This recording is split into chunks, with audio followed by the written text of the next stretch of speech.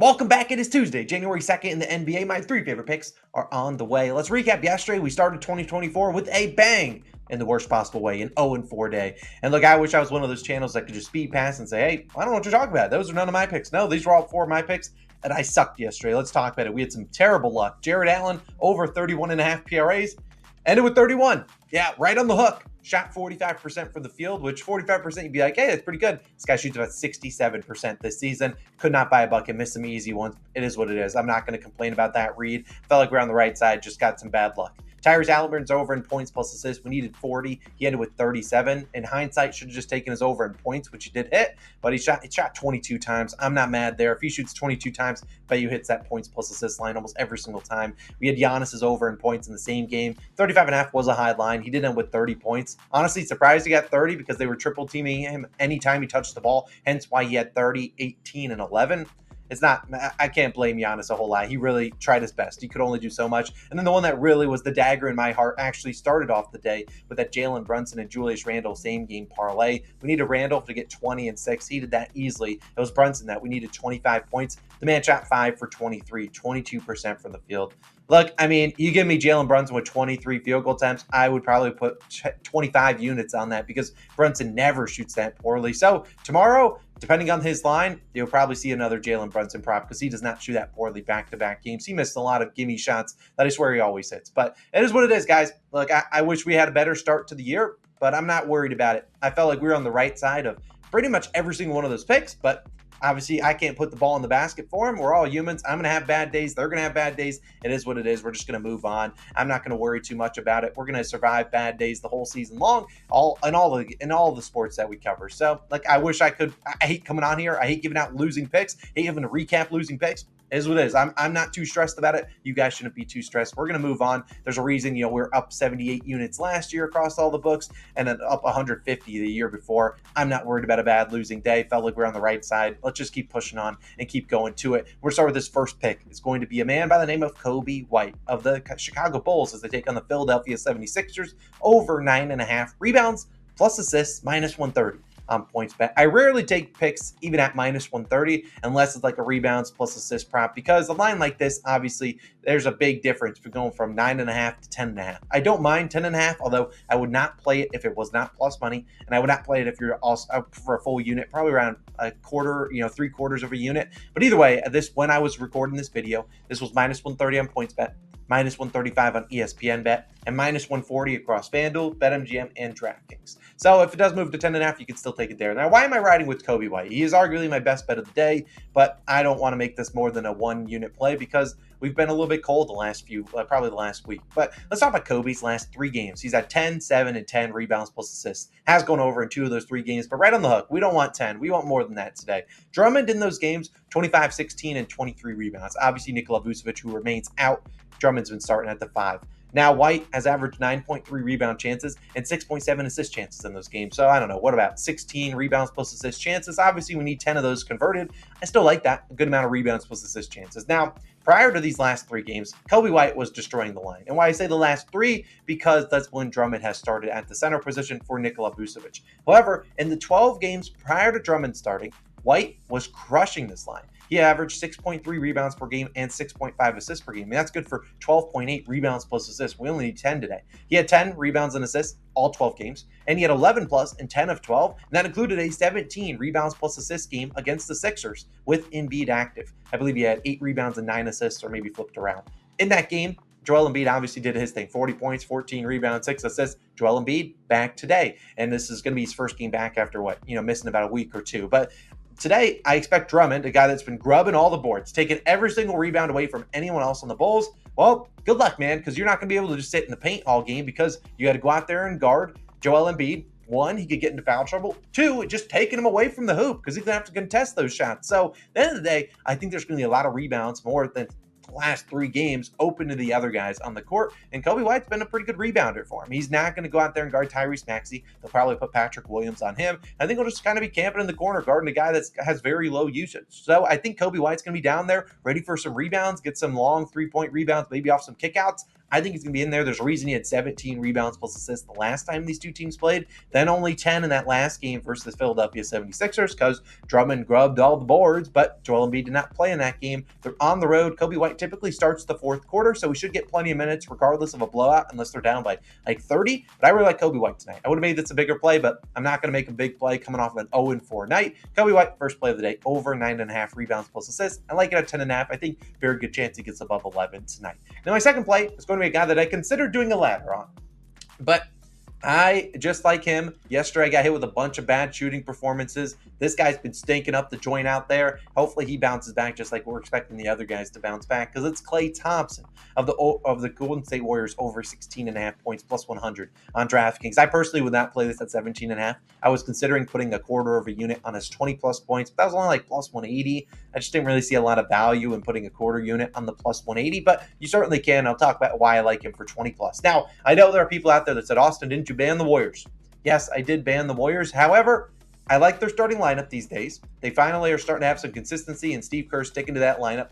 Also, it's hard to ban a guy. I mean, the guy would have to lose like 15 straight picks for me to ban him, but I bet a lot of guys on bounce backs or guys that are getting the volume to hit their lines, and sure, they might burn us a couple times, but I just don't feel like it's right to ban a complete team. I don't know. I hopefully you understand why I like Klay tonight, and I imagine there's a bunch of comments that are saying, hey, Klay, you suck, and that is what it is, but I really like his chances tonight. Now, like I said, the Warriors have a new starting lineup, and I'll list it out right here. We've got Steph Curry and CP3 starting in the guard position, Klay Thompson at the 3, Jonathan Kuminga at the 4, and Trace Jackson Davis, the rookie, at the 5. Now, we saw last game with that lineup out there, Klay, 3 points, 1 for 11 shooting, and we see Klay's last 3 games, 8 for 34, 23% for the field. Now, I mean, he played the Nuggets, a team he doesn't play well against, then played the Heat, didn't shoot well, then played, his last game where he just stunk up the joint. It is what it is. Now, there's a reason why we are getting a huge discount on Klay Thompson today, because normally his line the last few, prior to this 3-game stretch, we're sitting at 19.5, 20.5. Obviously, he came out and stunk up the joint, and now his line's down to 15.5/16.5, and I'll take 16.5 for plus 100. But Klay this season, obviously, it's been an up and down year for him. He scored 17 points in only 16 of 31 games. However, in those games that he did hit the over, he scored 20 plus in 11 of those 16, 11 of 31 total. So when he gets over, he normally hits the 20 plus mark. You look at 4 of his unders, though. Ejection game, when he played only like a minute and 43 seconds. Then he had 3 games where he shot 20% or lower. Look, at the end of the day, Klay Thompson is an NBA player. He's a guy out there, and he's a human. He's going to miss some shots, and he's going to have some games where he cannot buy a bucket. However, I find it very unlikely Klay continues to shoot this poorly. We've seen Klay's body of work over his whole career, over the past decade. Klay's much better than a 1 for 11 shooter, and I just look at Klay, a guy that is going to come out here and shoot and get a lot of attempts up early, and we just have to ask him to knock down some shots. In fact, like I said, he went over in only 16 of 31. In the 15 games he went under. He shot below 40% in 14 of them. And this is a lot of games he's ended with like 14 or 15 points. He's 1 basket away from hitting this over. I just think there's too many field goal attempts for Klay to go around, and I think this is just a game they run a lot of plays from early. The last time Klay shot 2 for 10, a terrible game. He went out there, scored 30 points the next game. He rattled off 20-plus points. That was the win. He did it in 6 straight games. Sure, no one likes betting on Klay Thompson because he's stinking up the joint, but I also rather be a day ahead of his, comeback performance where he just starts shooting the ball and starts knocking down shots.